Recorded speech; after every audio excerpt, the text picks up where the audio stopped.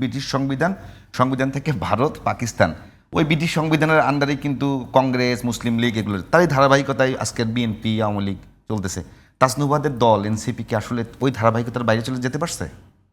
দেখেন, এটা আমি আসলে যেহেতু আলাদা রাজনীতি করি এবং আসলে মানে এনসিপির বিষয়ে মুশকিল যেটা হয় যে এনসিপি যারা করেন এদের অনেকের সাথে গণ অভ্যুত্থান পূর্ববর্তী যে লড়াই সংগ্রাম, সেই লড়াই সংগ্রামের ক্ষেত্রে অনেক মানে পাশাপাশি পথ চলার ইতিহাস আছে।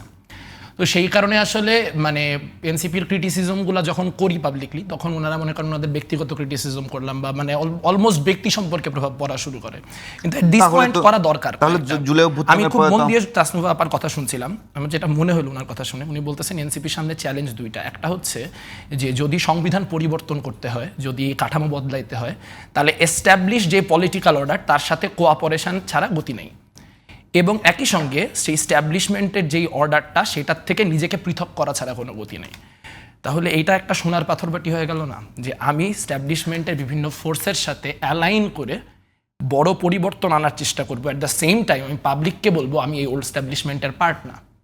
আমি যখন একদিকে আমি বলবো যে আমি নারীদের যেই ক্ষমতায়ন, এই নারী ক্ষমতায়নের পক্ষে অবস্থান করতেছি, একদিকে আমি যখন পিআর সিস্টেম নিয়ে আপনার বড় ক্যাম্পেইন করব, তখন সেখানে মানে বাংলাদেশের সব থেকে ফার্দেস্ট রাইট উইং পার্টিগুলো যাদের এখনো এই বিষয়ে অবস্থান ক্লিয়ার না যে নারীর পাবলিকলি থাকা উচিত কিনা, নারীর পাবলিক স্পেস কতখানি, এগুলো নিয়ে যাদের মধ্যে মানে আলোচনা আছে, দ্বিধা আছে বা প্রকাশ্যই অবস্থান আছে। হেফাজতের তো প্রকাশ্য অবস্থান আছে যে আজকে আমরা যেই সেটআপে বসে আছি, হেফাজত যদি তার আইডিয়াল রাষ্ট্র পায় তাহলে এই সেটআপে আমাদের বসতে পারার কথা না।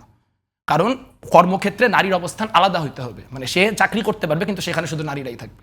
এটা 13 দফা, আপনি 2013 দফা একদম স্পষ্ট। তাহলে আমি যখন এই ফোর্সগুলাকে অ্যালাইন করে করতেছি, আমি ওই ফোর্সগুলাকেও বলতেছি যে হ্যাঁ আমি আসি আপনার সাথে। আবার আমি বলতেছি যে বাংলাদেশের নারীদের যাতে রাজনীতিতে পার্টিসিপেশন তৈরি হয় সেটা এনশিওর করার দায়িত্ব আমি নিছি বা সেটা আমি করে দেখাচ্ছি। এখন এই কথা উনি সত্য, যেটা বলছেন তাসনুভা আপা, এটা সত্য যে আসলে প্রচুর পরিমাণে নারী, এবং যারা কারো বোন হিসেবে কারো মেয়ে হিসেবে না, একদম স্বতন্ত্র রাজনৈতিক চরিত্র হিসেবে এনসিপিতে গেছেন এবং তারা রাজনীতি করতেছেন, এই কথা সত্য।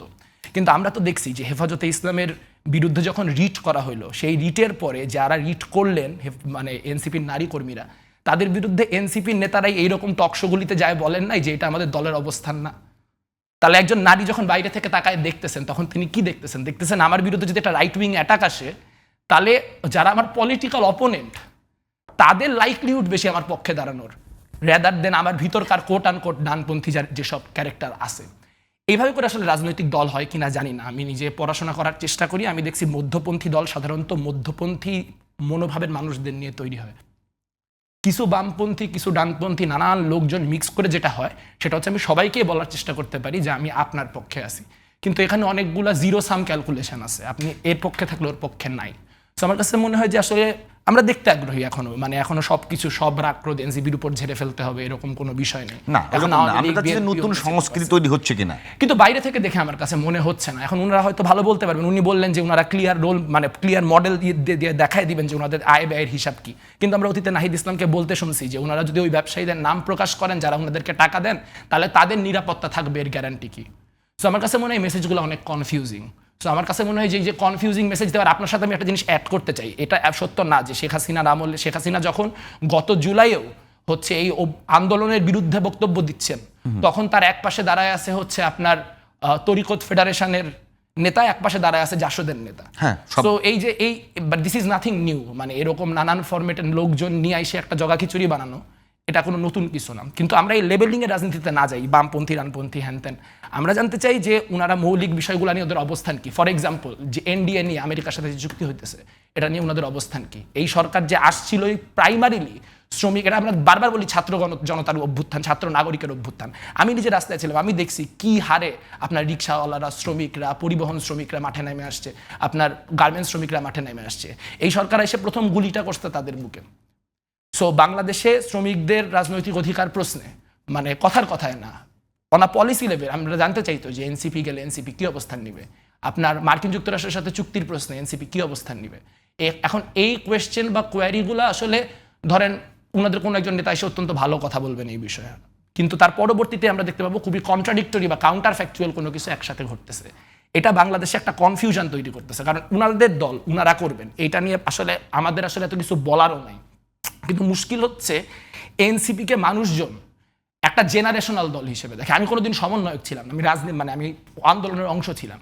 তো কোথাও যায় যদি কোনো একটা এলাকায় র্যান্ডমলি হঠাৎ করে কোনো একটা লোক চিনে বলে ভাই আপনি সমন্বয়ক না, আমি যে বলতে না না ভাই আমি সমন্বয়ক ছিলাম না, আমি সমন্বয়ক না। কারণ এটা একটা জেনারেশনাল বার্ডেন হয়ে গেছে, মানে সবাই এই জেনারেশনের সবাইরেই একরকম মনে করা হইতেছে এনসিপি, সবাইরেই মনে করা হইতেছে বৈষম্য বিরোধী, সবাইরেই মনে করা হইতেছে আপনার বাকছাস, কিন্তু বিষয়টা তো তা না। সো সেই জেনারেশনাল রেসপন্সিবিলিটি ওনাদের মাথায় আছে, ওনারা যদি এইভাবে ফাংশন করেন তাহলে মনে হয় ভালো হয়। কিন্তু আসলে আমরা এখন পর্যন্ত পাবলিকলি যা দেখছি তাতে আমাদের কাছে খুব মনে হচ্ছে না যেটা খুব নতুন কিছু হচ্ছে। হয়তো যারা আছেন তারা অন্যান্য রাজনৈতিক দলের মানুষদের থেকে বয়সে তরুণতর, তো তাদের মধ্যে আপনার ইনোভেশন বেশি, তারা আরও ইনোভেটিভ, তারা আরও নানান ফরম্যাটে যিনি নতুন প্রেজেন্টেশন বা নতুন মোড়ক নিয়ে আসবেন সেই মোড়কটা হয়তো অনেক চটকদার হবে। কিন্তু ডিপ ইনসাইড আমাদের কাছে মনে হচ্ছে যে আমরা আসলে পুরানো কাঠামোরই একটা নতুন মোড়ক বা নতুন সংস্করণ দেখতেছি।